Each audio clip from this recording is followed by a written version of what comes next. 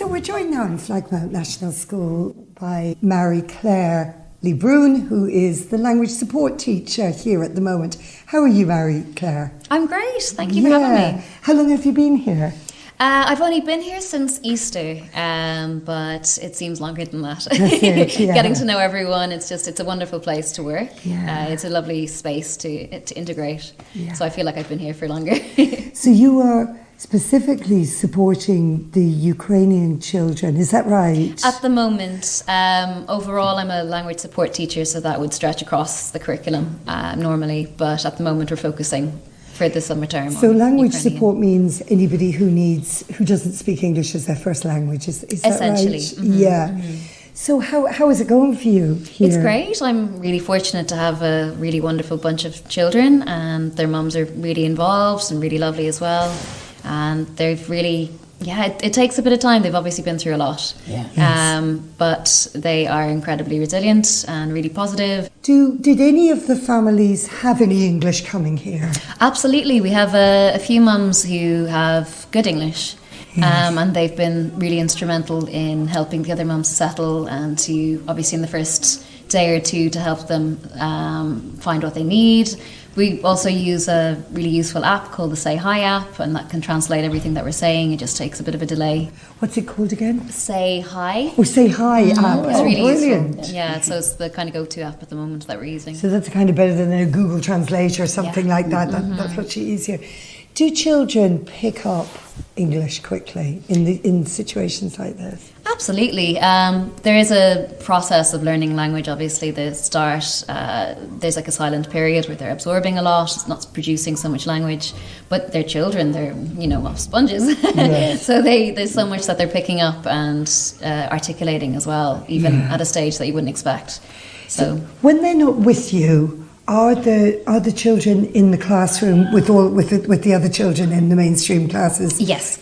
So it's only part of the day, is it? Exactly. So they just have focused tuition with me essentially, and we work through various useful language to help them to be able to become more involved in the playground and the classroom, as well as obviously the basic language structures that they'll need, and also just teaching language in a fun way to make it more playful, because obviously it can be an overwhelming experience being in a new place, hearing a language that's not your own, seeing the print everywhere. It's obviously a lot for them to take in.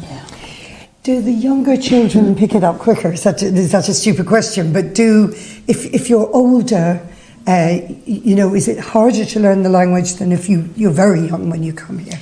I think it depends really. Some of our older children have had some English already in school, so they have a bit of a basis, they know the alphabet, things like that, and they're able to, I suppose, choose what areas they want to focus on a bit more.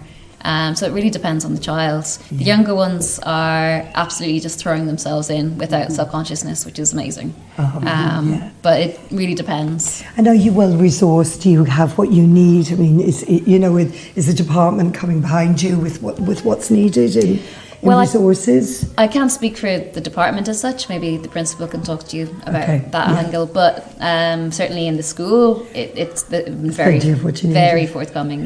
Really supportive. Just a personal question. All right, Clare, how many languages do you have to have? Oh, you're shaming me now.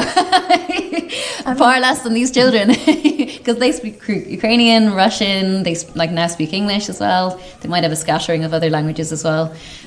For me, I'm learning Ukrainian and Russian as I go along. I was teaching the mums for a few sessions, and they're teaching me. The children love teaching me. And it's difficult because the alphabet is different. It's not just the language. Exactly, So for the older children as well, they obviously have to do the whole their education through a new language and through a new alphabet. Really. I would imagine that it was very difficult. I suppose there's a knack in teaching English as a foreign language. I mean, you've studied that. There's particular ways of doing that, and you don't need to be fluent in Ukrainian to teach them English. No, normally in teaching English as an additional language, you kind of focus on English, but in this scenario, we're encouraging the bilingual aspect, because obviously if they're continuing with their own language as well, that's going to support their language learning in English as well.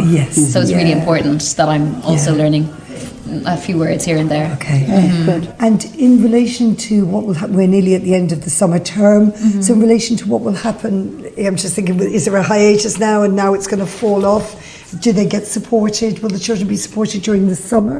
Yeah, we're running a 3-week program here. So it'll be essentially 3 weeks of more school, but obviously through a summer camp program. So very fun, very playful, very arty, very excitable. Good So English stuff. to the most fun way possible. And are you running that? I am. Oh, that's good. Okay. Yeah. So summer camp, Flagmount. Exactly. That would be brilliant. Well, best of luck in all you're doing. Well done.